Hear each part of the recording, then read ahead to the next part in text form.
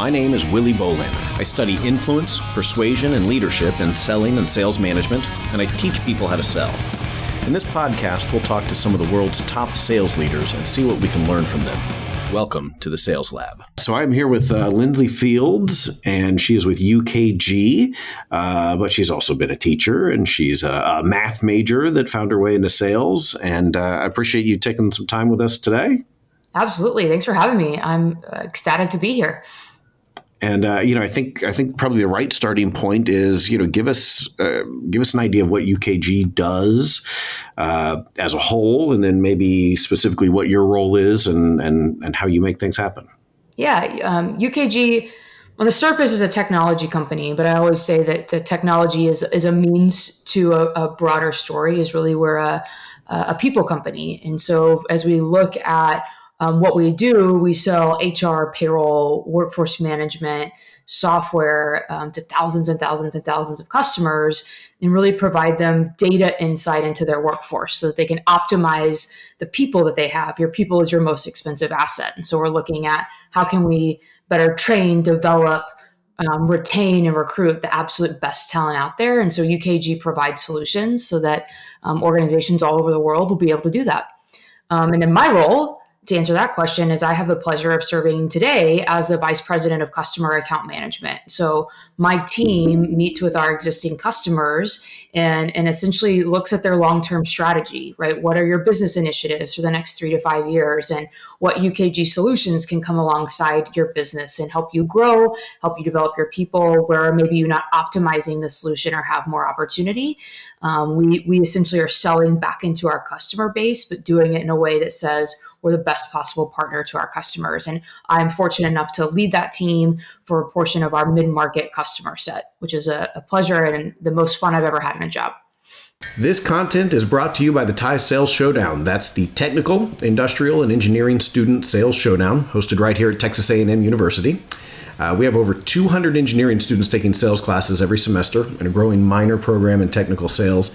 These students are smart enough for STEM and savvy enough for sales, and the TIES Showdown allows them to demonstrate their selling skills in a role-play competition where industry partners, like you, serve as judges and provide them coaching feedback. If you're hiring for technical, industrial, or engineering sales roles anytime in the next couple of years, this is an event you can't miss. You can learn more at tx.ag/TIES. That's tx.ag/TIES. Hope you can join us. Nice.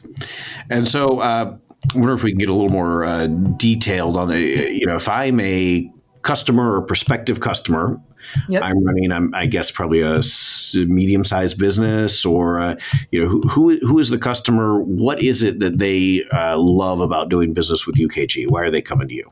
Yeah, I think there's a couple of things. One is that UKG, unlike a lot of vendors out there, actually services all customer sizes. So we have a go-to-market strategy for small customers, which is like less than 200 employees. So you might be a startup that is just trying to figure out really simply, how do I pay my people, right? I just had this great idea. I need to pay a handful of employees that are a part of my organization. UKG has you covered. You might be an established mid-market business that's a manufacturer or a retail location with a couple of stores, and you got to look at, how do I optimize scheduling? I have to recruit talent and compete with some bigger organizations, and so we can do that, in that mid-market space. And then we scale all the way up to global organizations with hundreds of thousands of employees. And those customers, and I actually think that this will start to transcend down market too, but our enterprise customers, what they really value about UKG is the data insight that we bring. UKG also owns Great Place to Work, and Great Place to Work is the formidable kind of solution, technology solution, but also people solution that can measure trust in an organization. And so we have millions of data points that tell us how people are making decisions.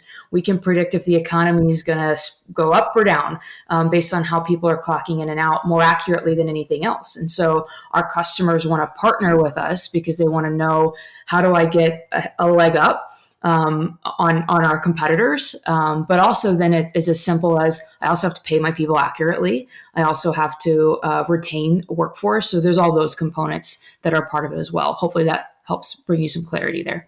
Okay. And so I think that description probably makes sense to a business owner who's in the weeds doing all this stuff every day.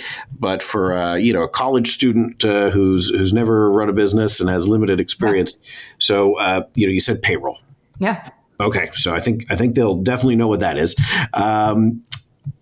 What else? You're talking about retention. What does UKG help do that drives retention? Yeah, so let's take even a bigger step back, Willie, Sure. and look at like the first job. If you're a college student, probably at this point you've at least held one job.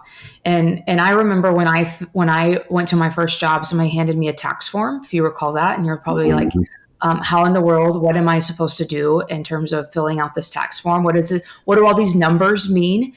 Seemingly written by somebody who just suffered a massive head injury. Yeah. 100%. Yes. Yeah. Like so complex, et cetera. And so that, like, if you just start of a journey for an employee at an organization, onboarding is their first entrance into an organization. They have to fill out those forms. They have to fill out an I-9 form, right? That's a part of getting a job. But then they also have to, there's a company handbook, right? There's all these things that are thrown at you. So if you're a college student right now and you're thinking of your first day, think of all the things that were thrown at you. And I can pretty much promise you, within the first week, maybe 30 days, if this is a job that you're going to love, or if this is a job that you're like, I'm out, this is going to be brutal, right? That initial experience is a huge component. So that's one of the things that UKG does really well is we create systems to help explain tax forms, right? So instead of having that really convoluted tax form, I pick up my phone and I answer a couple of questions and it populates that tax form for me so that I'm not having to like know what the, code and magic of the IRS is. So that's one element of it. But then for the employer, it also gives them a mechanism to create a really unique first day experience or a first month experience, right? Maybe there's videos, or it's assigning them a mentor through the system, or it's identifying this person came in and they answered a subset of things that they're really interested in. So you might be able to give them some skills training and have them stay with your organization long term. So if you just take it as the initial, like that's one example of many, that I always say is the first step to retention. The first step to retention is your initial experience with the organization. But then you start looking at your journey. So if you're working a job today where you have to clock in and out, maybe you're working in your summers as a sales associate in a retail store, right? And lo and behold, it's going to happen that you're going to have a boss that picks up the phone and says, I had somebody call off today and I need you to come cover right now. What are you going to do? You typically feel like you have to say yes, but maybe that starts happening every day. And so now you're going on day 7 or day 8 that you've worked a shift that you didn't plan. Our technology is going to start to predict that and say to your boss, hey, Lindsay over here, she's starting to get tired. We're always leaning on her when somebody calls off. Instead, a great scheduling solution says, so-and-so called off, John over here called off. The next person that hasn't worked in a while and isn't going to go into overtime is Jane over here, and she hasn't picked up an extra shift in a while. So we start balancing the workload and taking care of our workforce, right? Those are some early indicators of if an employee is going to stay or if they're going to go. Those are just like really specific examples. Yeah, that's great. Another one would be if you have, I often look at scheduling. This is an interesting thing, Willie. If you pay, like if I'm somebody coming out of college right now, pay is obviously one of the number one drivers in where they're going to select a place to work. Number 2 or number 3 is flexibility. And so if you look at jobs that are maybe more traditional 9-to-5 jobs, one of the things that our solutions can do is help them create scheduling plans, create job structures, that create more flexibility in a workday so that you have the ability to recruit a different level of talent. So I go on and on, but hopefully that gives a few examples for you there. Yeah. Okay.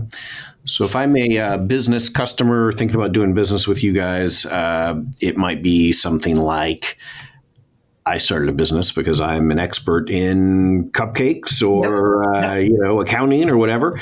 But I don't know anything about onboarding. I don't have that expertise. So I'm going to leverage everything that you guys have. And it sounds like there's some kind of automation in there and things like that.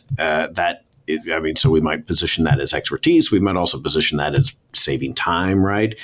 I mean, a reasonably intelligent business owner probably can figure a lot of this stuff out. It'll just take months. Right. And do you your have point months to figure this out, or do you want to just call it? Years in some cases. If your expertise is cupcakes, your expertise is probably not California meal premiums. And so you go into a state like California that think about it this way, I think it's in California, for every 5 hours worked, you're required to give an hour break. If you don't give an hour break, you have to pay them an additional hour of work on top of what they've done. Then you hit 6 hours, there's another premium on top of that. So imagine if your expertise is cupcakes and you don't have an automated timekeeping system, you're keeping all that on paper. And by the way, you have to keep 7 years of timesheet history per the Department of Labor. And so now you have all that paper everywhere, and you come in and get audited because an employee says, you didn't pay me my meal premiums. And now instead of making cupcakes, you're spending all that time combing through paperwork versus saying, I'm going to automate that. I'm going to set up the rule. I have that audit trail in the case that I do get audited. It's right there and I can pull it immediately. But I'm not worried about it because I know that UKG is calculating that and making those payouts. And then also telling me, hey, we got a problem here. We're making a lot of meal premium payouts. And so it then becomes proactive. You can stop that behavior before it becomes a problem. Okay. I'd imagine that also can relate to, fines and concrete monetary costs. Like, hey, you were supposed to do this and you didn't. Okay. And so it is a technical product. It's using technology to make all of this happen. To what extent is the sales process itself technical? Are you, how often are you talking to people that are kind of similarly expert in this area versus somebody who's just saying, I just want to run my business and do my thing, and I just need you guys to do it. Just promise me the benefits and let's move on. Probably very rarely the latter. I would love if it was the latter. I feel like that might be a little bit easier, but most of the time there's a pretty high tech requirement involved. And as you can tell, we always want, because you kind of had to pry the tech side out of me, we always want to tie the technology and the physical actions of what's happening in the technology to the business impact. How is this going to impact your CEO, your CFO, et cetera? But if I look at a typical sales cycle, you kind of have two different types of sales cycles. You have the ones that maybe we've generated, right? And so in that case, we've done the prospecting, we've gotten in front of the customer and created the pain. And then we're setting up a demonstration to highlight how our technology specifically handles that pain.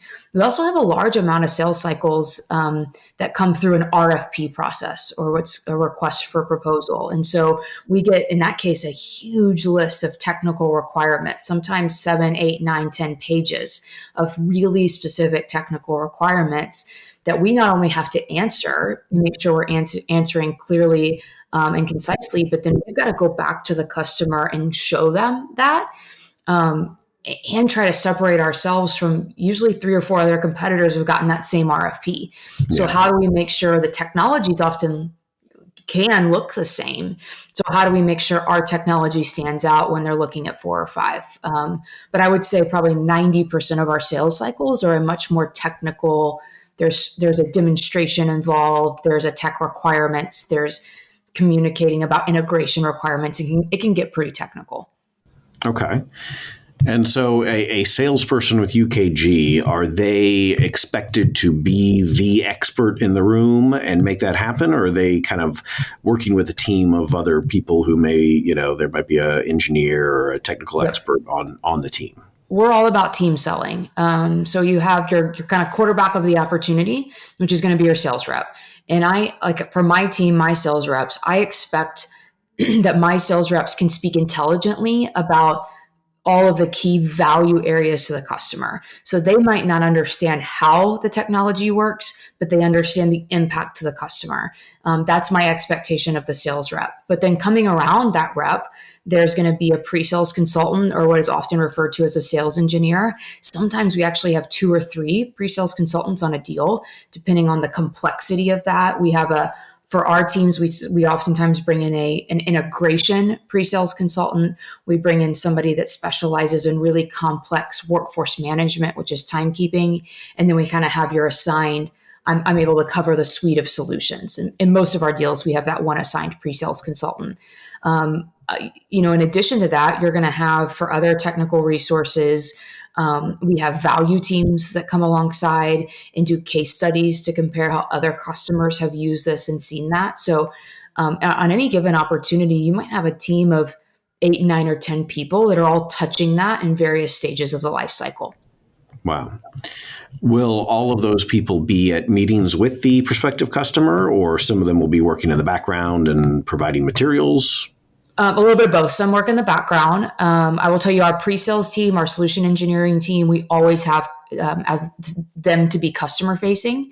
Some of the value team they can be customer facing. Occasionally, they'll help prep, research the customer, research needs or industry trends, and then provide that to the sales rep and the pre-sales consultant for their meeting. So some people are in the background. Okay. Typical sales cycle length? Depends on the industry, depends on the market segment. So in our SMB market segment, those deals I would say are typically falling within 60 to 90 days. They're moving fast. They're a high volume. Keep in mind, these are less than 200 employee organizations. In the mid-market space, those can run a little bit longer, especially for net new business. I would say a lot of those run in the 4 to 6 month time period. There's really some thorough evaluation that's happening. And as you move up market into enterprise, those are massive changes in an organization. And so you might have some enterprise opportunities that take 2 to 3 years before everything comes together and a deal is closed. And then my team that sells back into the base, right now we average about 60 days for our sales cycles. Okay. And with this team selling environment, how do you decide who gets the credit? I assume the salespeople have some individual quotas and things like this. So how do I know if it was me, the the quarterback, or if it was the pre-sales engineer? Yeah, great question. Really got the deal done. Yeah, really what it boils down to is that we believe in team selling. And so we compensate our teams accordingly. So if the quarterback is not truly quarterbacking, that's a different situation altogether. But when the team runs as it operates, you're going to see that the quarterback gets compensated, and pre-sales and the value teams. All those teams tend to be tied to the same quota. So if the quarterback is successful, so is the pre-sales team. If pre-sales is successful, so is the value team, right? We're all tied to that same number. So we all have a little bit of skin in the game. Okay. So 90% technical, 90% of the time. In what situations is it not technical? There could be a couple of situations. The 10%. The most telling is somebody has a compliance violation, and I got to get something in place, and I got to get something in place fast, and you were recommended, and let's move, right? And so that can sometimes be just a quick. It becomes less technical when the pain is larger, because now I'm trying to move quicker. I'm trying to move more quickly.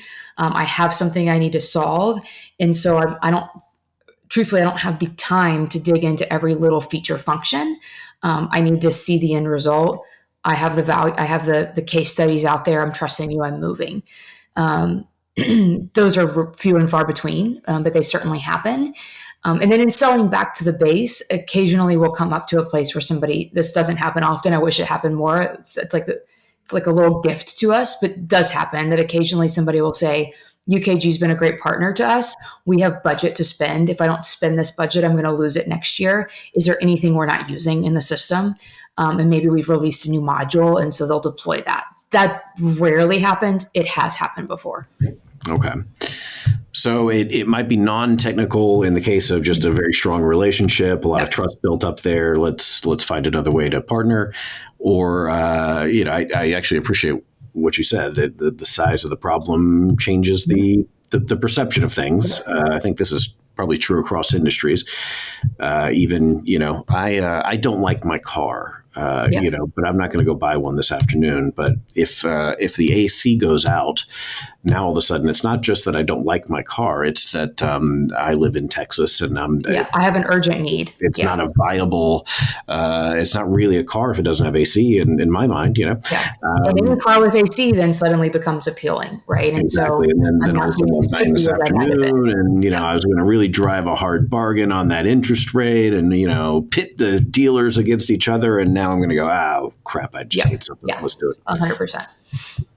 Okay. Well, this is all good information. And then, you have an interesting background, as we mentioned. So you started off in college as a math major, and then went on to be a teacher. Can you walk us through that pathway? Right? How do you get from that point into a sales leadership role?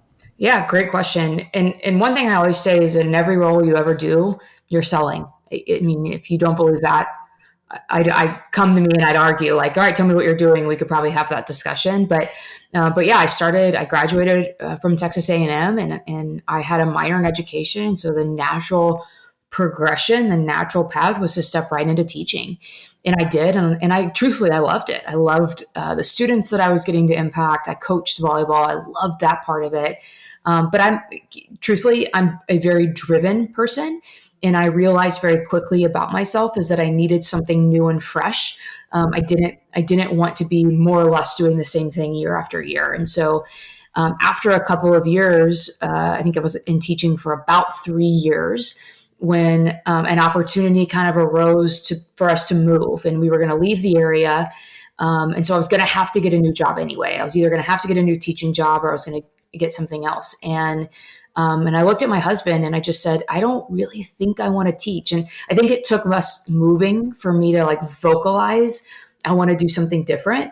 And truthfully, at that point, sales was by no means on my radar. It wasn't like I went, oh, I want to be a sales rep, or I want to lead a sales organization. I just knew I wanted something that was going to challenge me.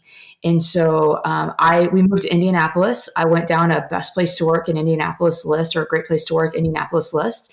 And truthfully, if it looked like a job that I could do, I applied for it.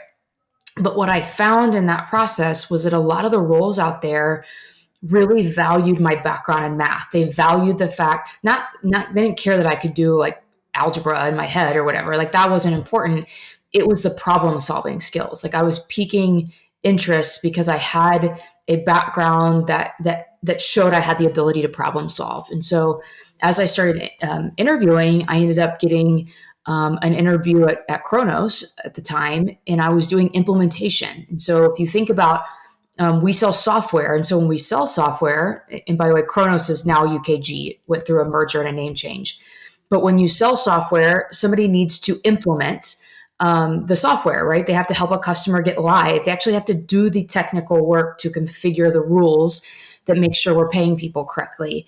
And so I went in and I took that job, and they told me there, if you're good at this, you got a lot of opportunities to progress. We love to develop, our talent internally. And that has proven absolutely to be true. But what I learned when I stepped into implementation, and this is going to kind of sound almost comical, but there's that stigma of a salesperson is a used car salesperson, right? They're just always trying to sell you something. They don't understand your business. And I truthfully, when I stepped into this role in services, that is the only perspective that I had of sales. And then I stepped into the role, and I had the opportunity to meet with customers. And in meeting with customers, I was having sales reps constantly reaching out to me and checking in on their customers. This was a really big priority to them. I want to make sure that they're still focused on that priority. Is there anything I can do to help? And I realized my vision of that was skewed. And so I started learning other areas of the business. Long story short is, from there, I moved into a technical consulting role. I moved into a pre-sales or a solution engineering role, where I got to connect the dots between the two. So I got to take my really technical background at that point. I could configure just about anything in the system. And then I got to show it to prospective customers and say, you have this really big potential problem, and let me show you how this is going to solve it. And that was such an aha moment for me, because I realized what I was doing was solving major concerns for people's businesses to help their businesses run. And so that's how that progressed. I moved into leadership, different roles, eventually moved into sales and sales leadership, and then now sit in this seat. So I've done a little bit of everything over here. That's awesome. Yeah, I mean, I hope that our engineering students here get this as they're coming into our sales engineering course. And, they've been at a big box electronics store or something, and they've had somebody blow them off or try to show them something that they weren't interested in. And, they all have these experiences. But, to me, the sales process, if executed properly, if you have a good method and you're doing the right things, it should look pretty familiar to our engineering students, to our mathematics students, that, we're anytime we have a ambiguous problem, we answer it with a process. And in this case, how do we get in front of customers? How do we go to market? Well, that's about as ambiguous as a problem can get. Absolutely. The way we do it is by going out there and executing a sales methodology and asking great questions and diagnosing before we start prescribing and all of these things. And, so it's always nice to watch them as that sort of those dots connect, right? Yeah. Okay. Yeah.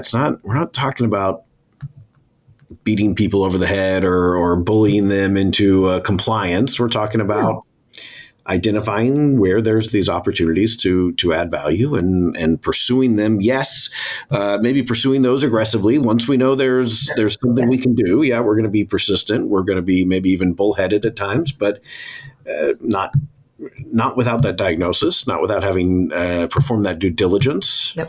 Right. Somebody said to me last week that if a doctor writes a prescription without analysis, that's considered malpractice. Indeed. And that is what we do here, is we cannot just go in and say, here's all the technical solutions, I'm going to throw that in your face. What the gift is exactly what you talked about. It's understanding what's going on.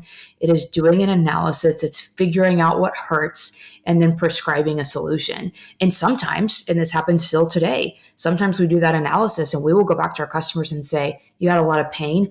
We don't have the right fit solution for that. This is what we recommend. Like, being a good partner means sometimes steering them in another direction.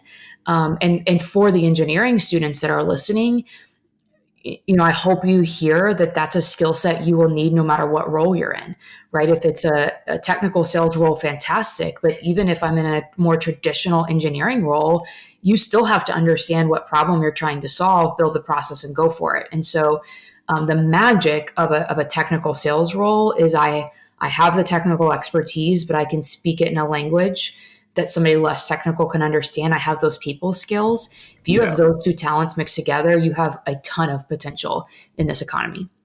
Awesome. And so are there any aspects of teaching, any of the skill sets you developed while teaching that translate and inform your selling practices today? Oh, yeah. I'm teaching every day. As a teacher, you have all sorts of different students. Some students get it really quickly. And so if you think about that, I have students that I could put the problem on the board and they would immediately know how to figure it out before I taught it to them. And I would have other students that I'd have to teach it with 4 different methodologies before it would click.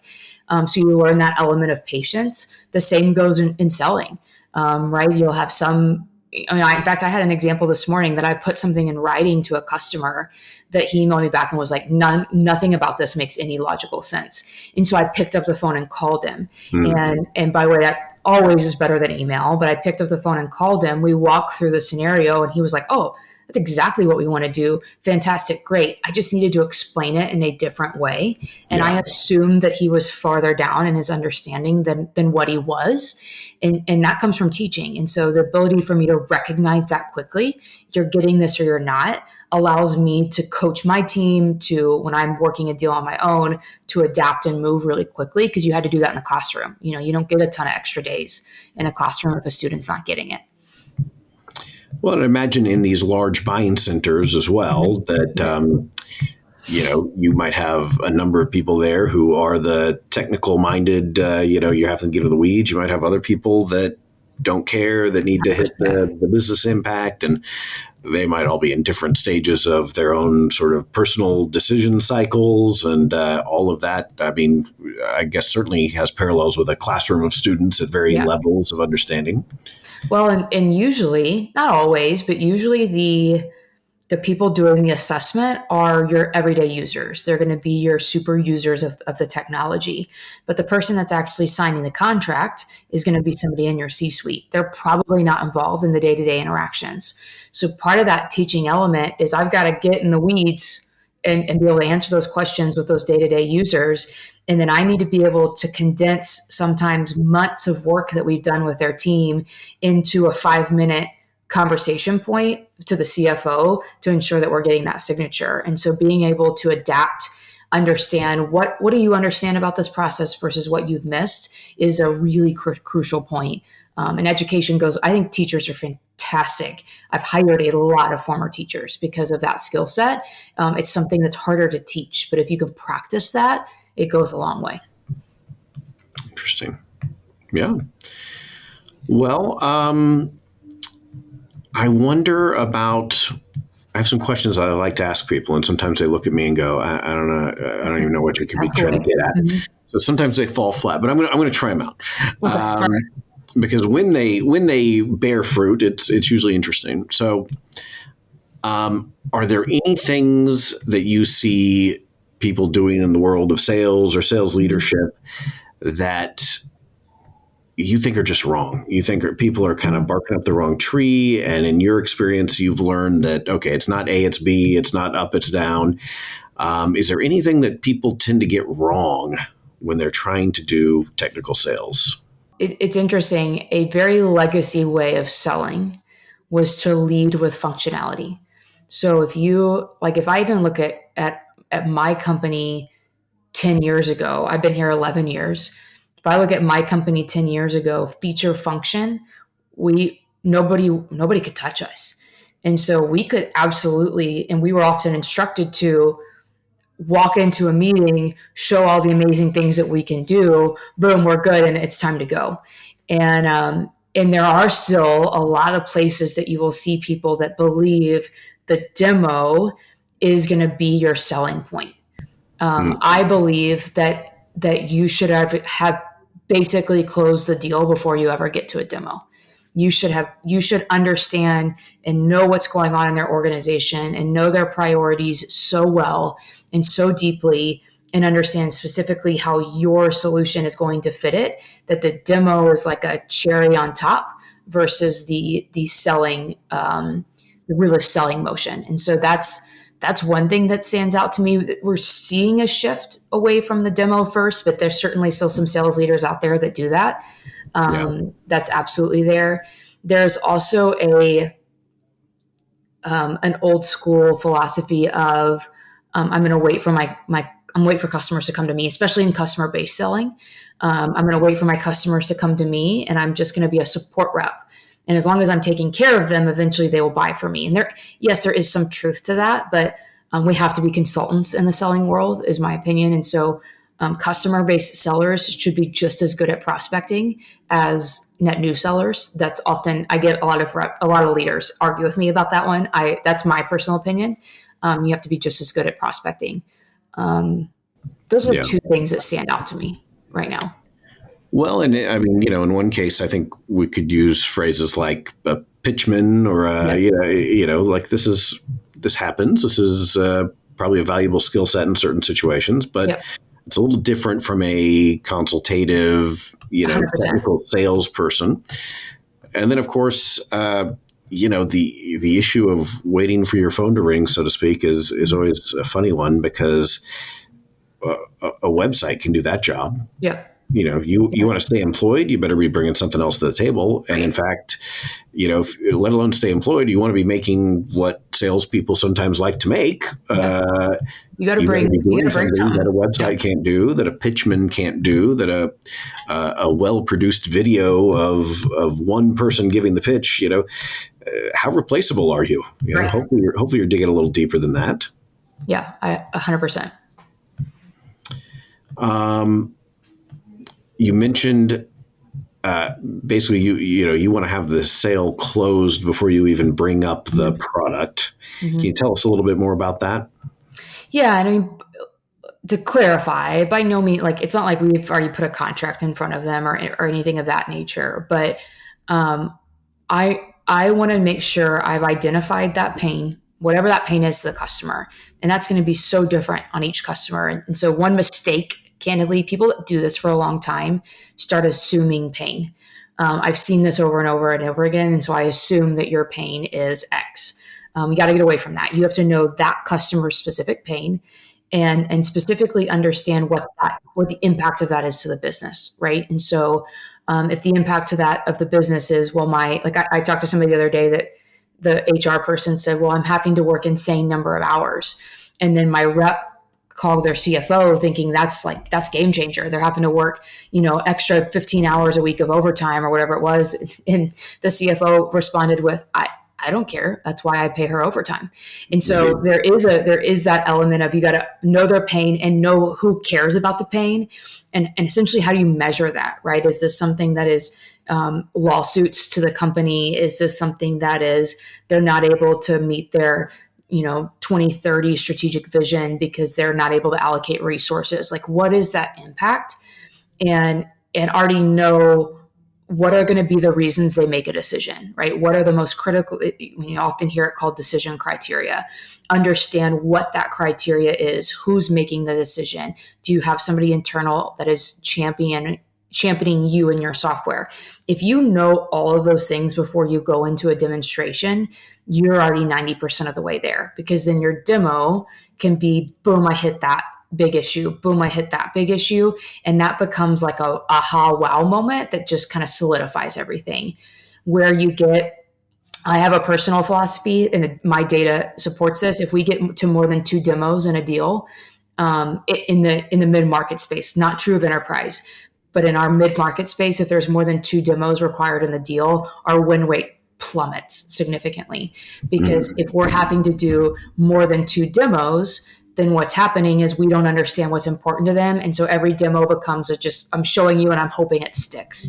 And so that's what I mean by having it one before the deal, is I am so confident that I know everything that's of value to them, and I'm going to nail this demo so that immediately after this demo, there's nothing to do but start working towards contract signature. And that just expedites everything as it relates to the process. Yeah. No, I appreciate you sharing that. That's certainly something we try to communicate to the students. I mean, even as rigidly as saying, just don't say anything about the product. Don't think about your solution. Just imagine when you start the call that you have absolutely nothing to offer. You're just there to, you're writing a report on their problem or something, your Lois Lane. It's a good way to look at it. Don't sit there with thinking, all right, do I get to spill my guts about my stupid widget now?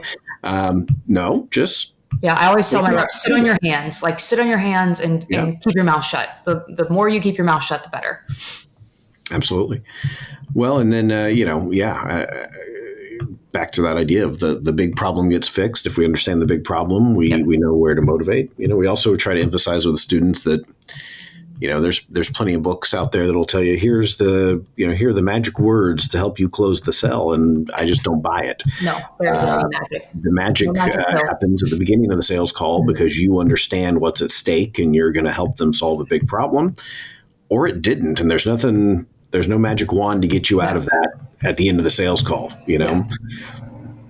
and even some of what are they, the Thomas Jefferson, or is it the Ben Franklin close, put pluses and minuses on that.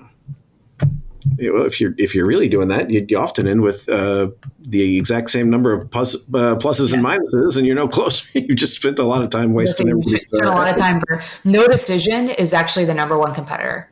And I had somebody not too long. In fact, I was talking about this with leaders last week, that there's some leaders out there that celebrate. If I lose, I lose to no decision. I don't ever lose to a competitor.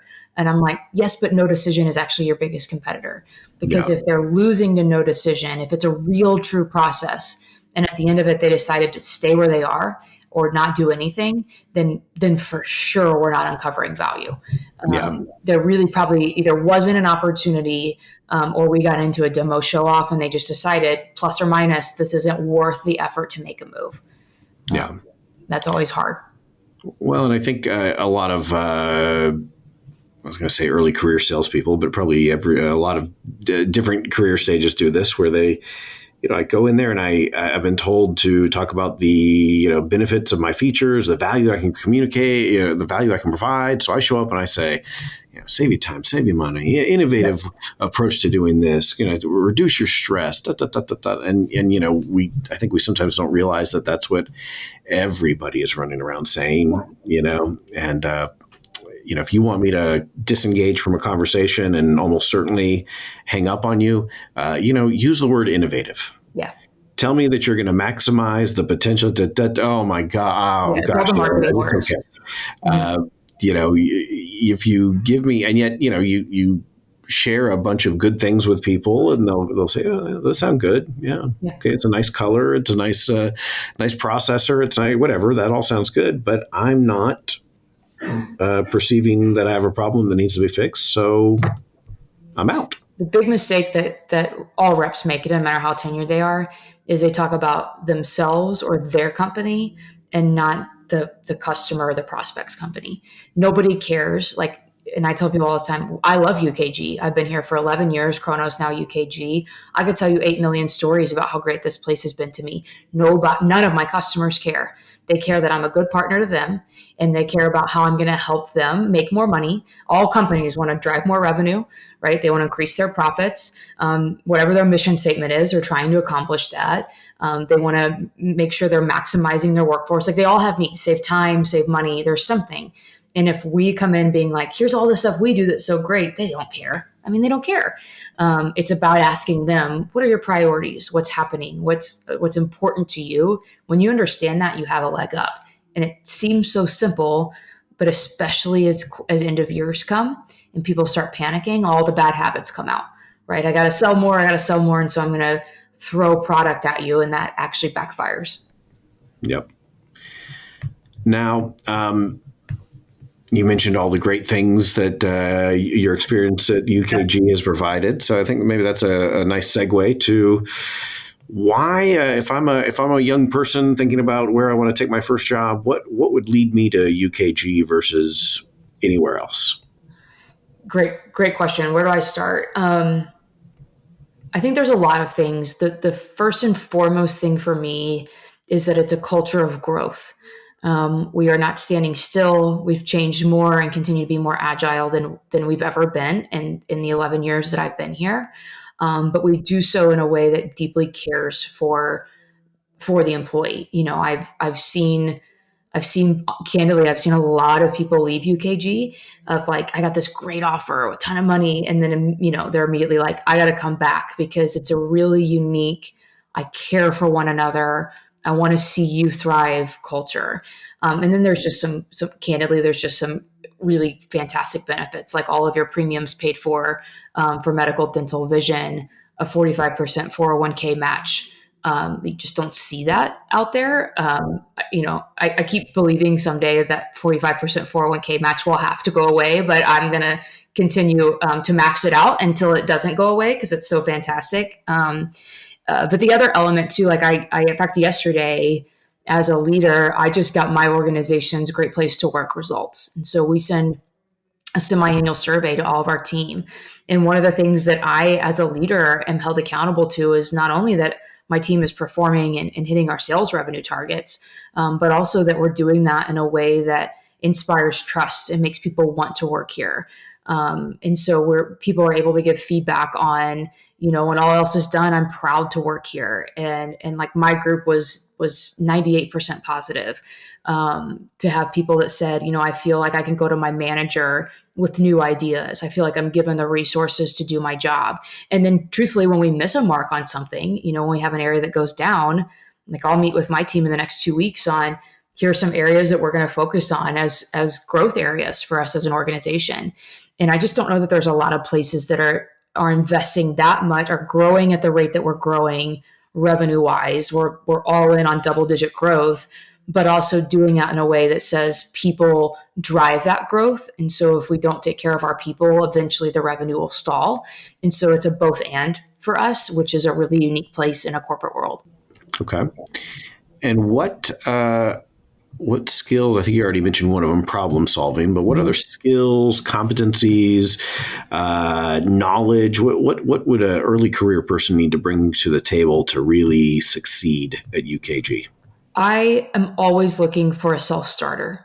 I want somebody that can show me, whether it was in college in a program or another job that they've done, hey, I was given a problem and I didn't need somebody to give me the step to step to step, this is how you solve it. I need people that say, here's a problem. I have no idea how I'm going to solve it, but I'm going to go figure it out. Because this role, and I mentioned this before, of how fast we're changing with AI in particular. Every day, almost, we get a new tool in our toolbox to go build and use to drive a better customer experience for our customers. You can't move that fast if you're not a self-starter. So that's something I'm always looking for. Candidly, yes, I'm in the human capital management world. And so we love people that have HR experience. If you're an early career coming out of college, you don't necessarily have direct HCM knowledge. I would argue the flip side is figure out, as an employee or as a college student, where have you used HR systems? You've used them somewhere. Like we talked about before, tax filing, you've gotten a paycheck, you've probably watched learning and development training somewhere.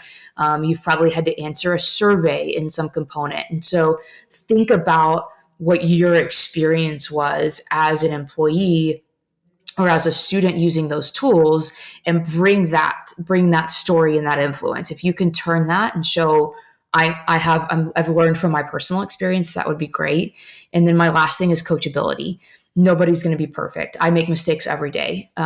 That's part of the job, is making the mistake, recognizing the mistake, owning it, being vulnerable to talk about it, and then making a difference. And so it happens a lot that I have people that are like, I've done this for a long time. And I'm like, yeah, and I've done this for a long time, and I'm still learning something new every day. And so if you come in with that hungry, coachable attitude, that goes farther than knowledge in terms of industry or software knowledge. The attitude makes a big difference. And so I would go in with that attitude as well. Interesting. You're actually hitting many of the competencies that we focus on, and we have a couple different sort of large-scale research projects that we do here out of A&M, and one of them is called the Sales Performance Consortium, where we have all of these competencies that we've been working with, and there's a few different things we're doing in that project, but I would say the big one is identifying the competencies that are driving performance in different divisions and different roles, right? That, okay, these ingredients, this competency profile is great for your outside sales reps, but backfires with these other sales reps, these sorts of things, right? And the things that have come up very often, problem solving, curiosity, dealing with ambiguity, being able to find a path forward where there is only weeds and tangle, and then the last one you just said that is escaping my mind. Coachability. And specifically you use this word vulnerability, which is something that comes up a lot. That there are people who think that any sign of weakness is a sign of weakness, and those people are very often setting themselves up for disappointment when you find out, no, sometimes you just got to be straightforward and say, I screwed that up. Here's why I went in that direction. Here's why I thought it was a good idea. It wasn't. And you're telling me to fix it. Like, that's what I always tell my team is, mistakes happen. What I don't tolerate is repeated mistakes. I'm gonna keep doing the same bad thing over and over again. And I'm going to bring you my mistake and I'm going to expect you to solve it. I want somebody that says, I'm going to bring you my mistake. Help me. I need help. I need assistance. I'm totally fine with that. Or I have an idea and this is how I'm going to go change that moving forward. As long as you're growing from it, mistakes are totally fine. That's the reality of the world that we're in. It's about growing from it and learning and being better the next day. Yep, absolutely. So certain attitudinal things, certain problem-solving things, but as far as the the actual knowledge of the HCM world, wouldn't hurt, but not really going to be the driver there. No, and the best team, I had to grow a team a couple of years ago here, and I hired about 36.